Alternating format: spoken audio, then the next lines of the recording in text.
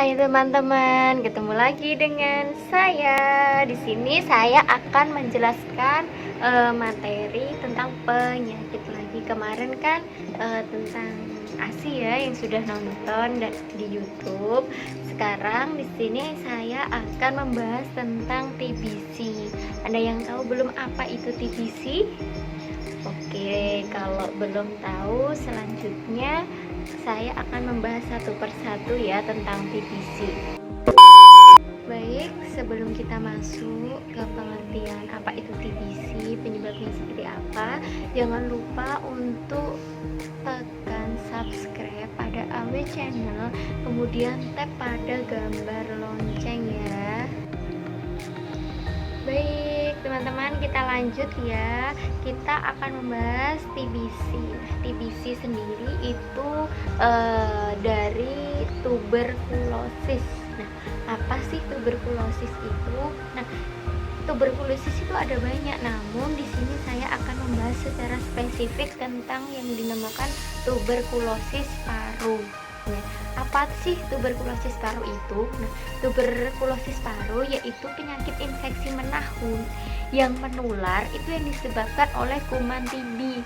Nah, kuman TB-nya itu dinamakan dengan Mycobacterium tuberculosis.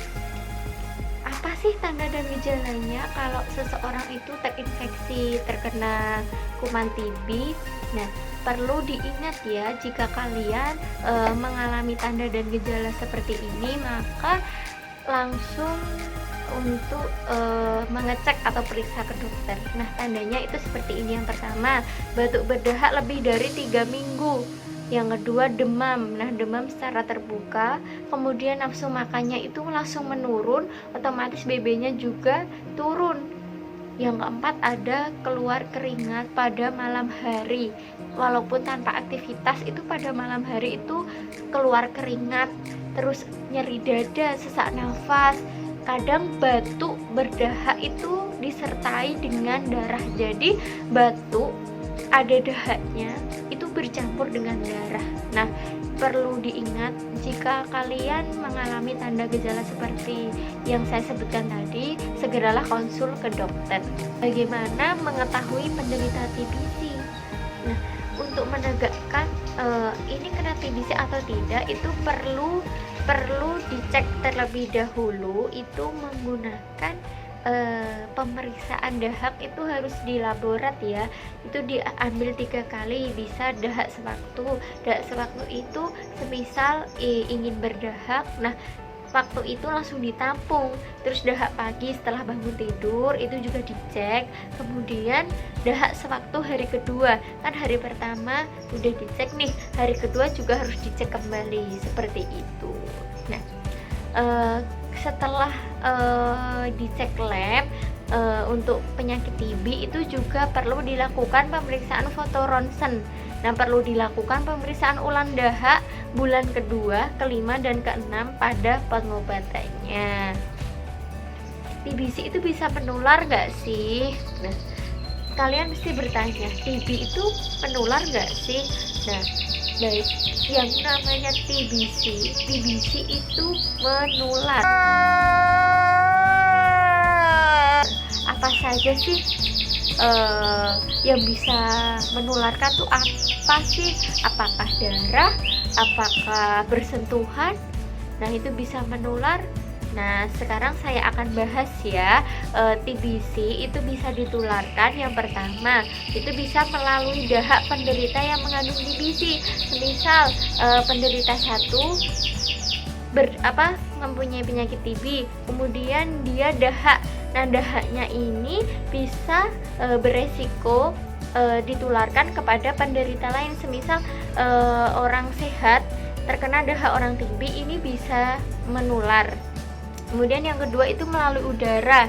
Melalui udara itu seperti apa? Tiba-tiba orang yang terkena TB terus tidak ngapa-ngapain tiba-tiba menular, itu tidak. Bahwa jika seseorang yang terkena penyakit TB dia batuk, nah otomatis kumannya itu juga bisa terbawa oleh udara. Nah, udara jadi bisa menularkan penyakit TB. Nah, yang selanjutnya yaitu banyak sih nggak mau disembuhkan atau nggak mau berobat, itu bisa mengakibatkan hal-hal yang tidak dikehendaki. Nah, apa sih akibat dari TB paru bila tidak diobati? Yang pertama, bisa mengakibatkan batuk berdarah. Nah, ini bisa sukar sembuh. Yang kedua, bisa terjadi kerusakan paru. Yang ketiga, kebocoran paru. Yang keempat, kerja jantung. Nah, ini yang paling parah, kerja jantungnya itu menurun, bahkan bisa mengakibatkan kematian.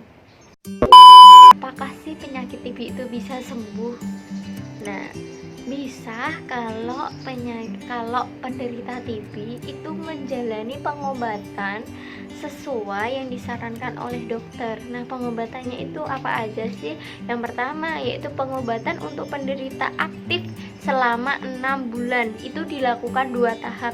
Yang pertama ada tahap awal atau obat itu diminum tiap hari selama 2 bulan. Tiap hari ya teman-teman. Jadi jika dalam 2 bulan tersebut obatnya itu kelewat 1 hari saja, berarti harus mengulangi lagi dari awal, berarti nggak dihitung yang sebelumnya. Jadi jangan sampai lupa mengkonsumsi obat TB itu setiap hari. Yang kedua yaitu obat lanjutan, itu diminum 3 kali seminggu. Lama pengobatannya selama 4 bulan. Jadi total semuanya yang diminum sehari 1 kali itu selama 2 bulan. Kemudian obat lanjutan diminum 3 kali dalam seminggu, yaitu selama 4 bulan. Yang kedua yaitu pengobatan untuk penderita kambuhan atau gagal pada pengobatan pertama, yaitu dilakukan selama 8 bulan. Jadi semisal 6 bulan itu gagal, penyakit TB-nya, maksudnya kuman TB-nya di dalam tubuh itu masih ada, jadi pengobatan menjadi 8 bulan, yaitu yang pertama obat diminum setiap hari selama 3 bulan, terus ada suntikan juga berupa streptomycin setiap hari selama 2 bulan. Yang ketiga obat diminum 3 kali selama 5 bulan. Jadi saran saya untuk penderita TB, jangan sampai obat itu sampai terlupa. 1 hari itu harus teratur untuk minum obat. Terus bagi yang tidak terkena, disarankan untuk mencegah supaya tidak terkena kuman TB. Cara mencegahnya itu seperti apa? Nah, yang pertama, jika seseorang itu batuk, ditutup. Nah, etika batuk caranya kalau semisal nggak pakai tisu atau nggak pakai apa, jadi bisa kayak gini ya. Nah, ini langsung diketiak, jangan pakai tangan seperti ini, itu salah karena tangan itu merupakan vektor dari penyakit seperti itu. Yang kedua, jangan buang dahak itu sembarangan, tidak boleh.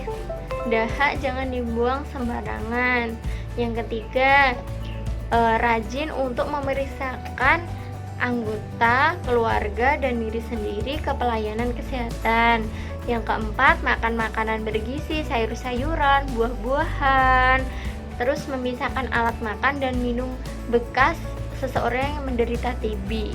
Nah, yang keenam yaitu memperhatikan keadaan rumah, ventilasi, pencahayaan, dan yang paling kita cegah yaitu hindari untuk merokok. Nah, kuman TB itu mati jika terkena matahari, jadi harus diperhatikan ventilasi dan pencahayaan rumah. Ini selanjutnya bisa dilakukan imunisasi BCG pada bayi. Pasti kemarin itu bayi pasti sudah mendapatkan yang namanya imunisasi BCG, dan itu bisa mencegah penularan penyakit TBC. pengen cepet sembuh, ingat ya, bagi penderita TB yang pertama harus minum obat secara teratur, jangan pernah berhenti sebelum dinyatakan sembuh oleh dokter. Yang kedua, rajin periksa ke dokter, puskesmas, dan pelayanan kesehatan yang lain. Yang ketiga, makan makanan yang bergizi. Yang keempat, rumah sehat dan pencahayaannya cukup. Apabila merokok, maka berhentilah untuk merokok. Itu tadi penjelasan dari saya tentang TBC ya teman-teman. Jika ada pertanyaan ataupun komen bisa langsung ditanyakan di bawah komentar ya teman-teman. Baik, saya cukupkan. Terima kasih.